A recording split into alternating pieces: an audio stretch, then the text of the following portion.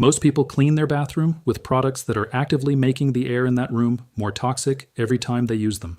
Not dramatically toxic, not in a way that produces immediate symptoms most of the time, but in a way that is documented, measurable, and entirely unnecessary, because the product that cleans the bathroom more effectively does not produce those compounds, costs 50 cents per application, and has been sitting in the pantry the entire time. The bathroom cleaning product market in the United States generates approximately $500 million per year. The products dominating that market, Comet, Ajax, Scrubbing Bubbles, Mr. Clean, and their competitors, are sold on the promise of cutting through soap scum, killing bacteria, and leaving surfaces sparkling. What the packaging does not explain is what happens when the active ingredient in most of these products contacts the soap residue that is the primary thing you are trying to clean. And what happens is a chemical reaction that produces compounds you do not want to breathe in a small, poorly ventilated room. To understand the problem with conventional bathroom cleaners, you need to understand what bathroom surfaces are actually coated with,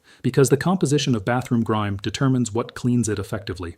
The primary accumulation on bathroom surfaces, tubs, tiles, sinks, and shower walls, is soap scum.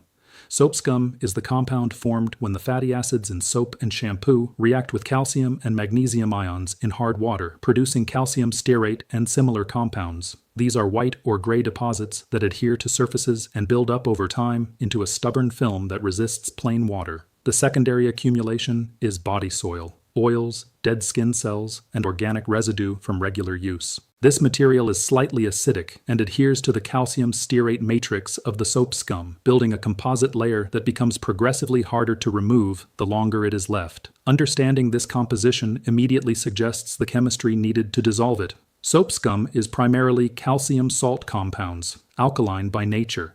An abrasive mild alkali addresses both the mechanical and chemical components of the cleaning challenge simultaneously. It provides physical abrasion to dislodge the deposit and alkaline chemistry to break down the fatty acid compounds holding it together. This is exactly what baking soda does, and it is why baking soda mixed with a small amount of liquid soap, which provides surfactant action to lift and suspend the dissolved material, outperforms the majority of commercial bathroom cleaners on the surfaces where those cleaners are most commonly used. Now, let's talk about what Comet and Ajax actually contain.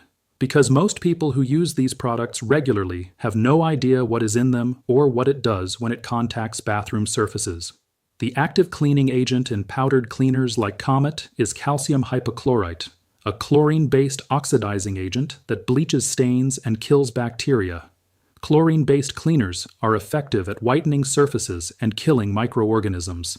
They are also the source of the characteristic sharp smell that most people associate with a clean bathroom, an association that the industry has cultivated deliberately because the smell signals the presence of the chemical rather than the achievement of cleanliness. When calcium hypochlorite contacts organic nitrogen compounds, which are present in body soil and in the residue from many personal care products, including shampoo, conditioner, and soap, it reacts to form chloramines. Chloramines are a family of compounds produced by the reaction of chlorine with ammonia or organic nitrogen, and they are classified by the Environmental Protection Agency as disinfection byproducts with established toxicity. In a bathroom, a small, enclosed, typically poorly ventilated space, chloramine formation during cleaning creates a concentration of airborne compounds that irritates the respiratory tract, eyes, and mucous membranes. Short-term exposure produces coughing, shortness of breath, and eye irritation. Repeated regular exposure over time is associated with increased rates of asthma and respiratory sensitivity in cleaning workers and in household members who regularly clean with chlorine-based products in enclosed spaces. A study published in the American Journal of Respiratory and Critical Care Medicine found that women who cleaned their homes regularly with conventional cleaning products had lung function decline comparable to smoking 20 cigarettes per day over a 20-year period.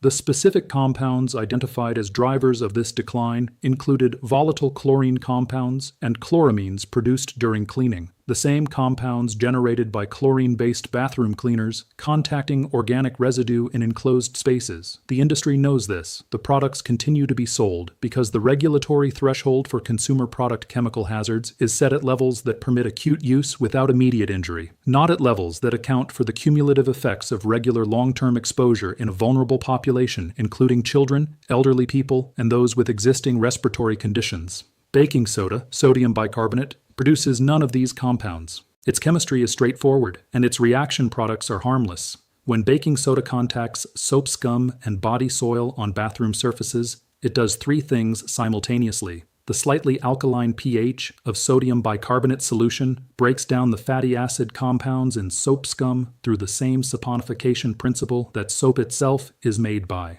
The physical granular structure of baking soda provides gentle mechanical abrasion that dislodges the loosened material without scratching the surface.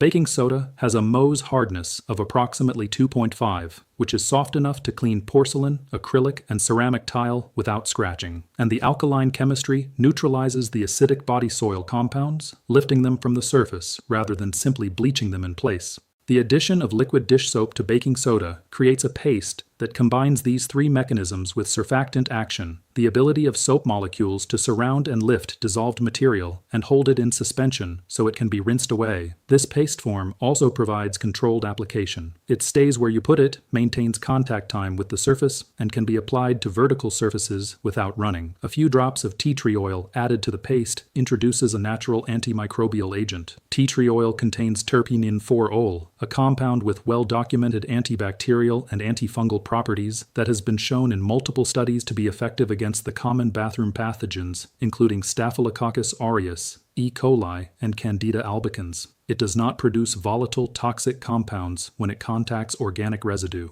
It does not irritate the respiratory tract at the concentrations used in cleaning applications. The combined paste, baking soda, liquid dish soap, a few drops of tea tree oil, cleans bathroom surfaces without producing harmful byproducts, without releasing volatile chlorine compounds into the air, and without the risk of accidental mixing with other household chemicals that can produce genuinely dangerous gas concentrations. The accidental mixing risk deserves specific attention because it is more common than most people realize and more serious than the packaging suggests. Chlorine-based cleaners mixed with ammonia-based cleaners, a combination that occurs frequently when people switch between products without thorough rinsing, produces chloramine gas at concentrations that can cause serious respiratory injury. Chlorine-based cleaners mixed with acidic cleaners, including many bathroom descaling products and some toilet bowl cleaners, produce chlorine gas, which at high concentrations is lethal and at lower concentrations causes severe respiratory damage. Poison control centers in the United States receive tens of thousands of calls per year related to accidental household chemical mixing, with cleaning product combinations being among the most common causes. The majority of these incidents involve chlorine-based products, the same category that dominates the bathroom cleaning aisle. Baking soda does not produce dangerous gases when mixed with any common household chemical. Mixed with vinegar, it produces carbon dioxide, the same harmless gas in carbonated beverages. Mixed with ammonia, it produces no hazardous compound. Mixed with acidic cleaners, it neutralizes them. It is chemically inert in the context of accidental mixing in ways that chlorine-based products are fundamentally not.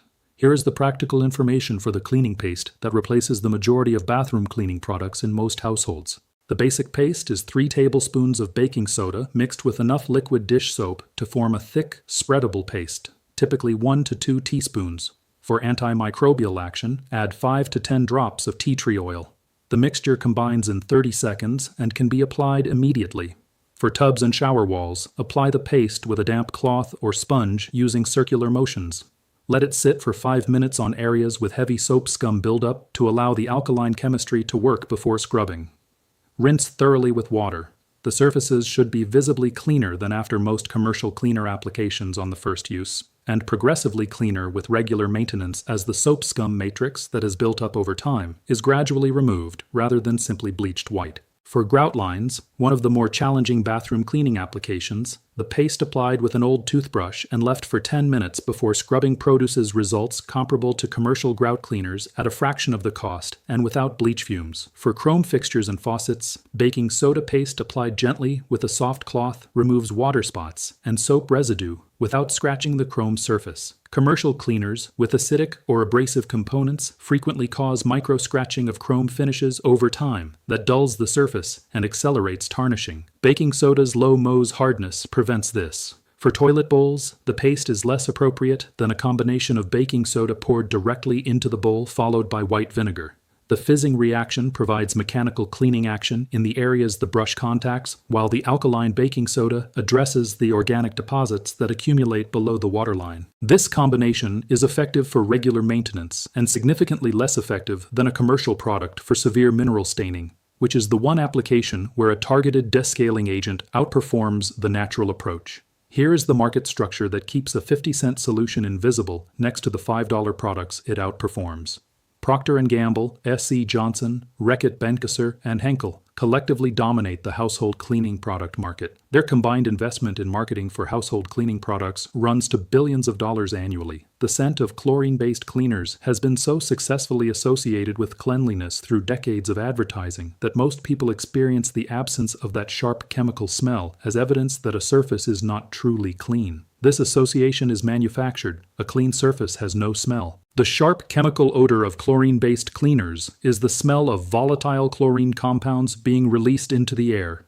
The same compounds whose health consequences are documented in the research literature. The industry has successfully inverted the relationship between evidence of chemical exposure and the perception of cleanliness.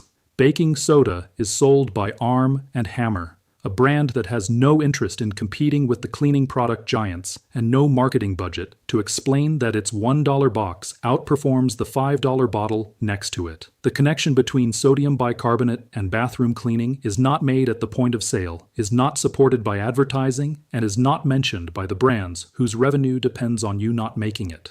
Here is the synthesis.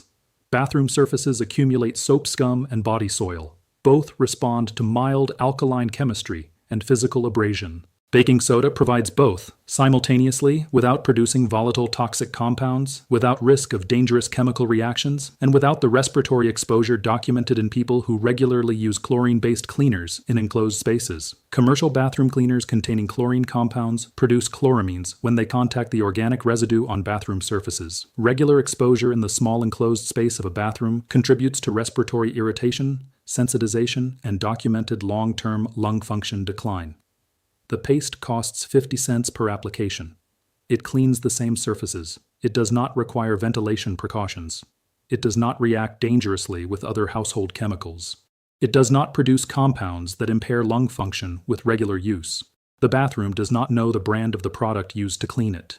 It responds to alkaline chemistry and gentle abrasion.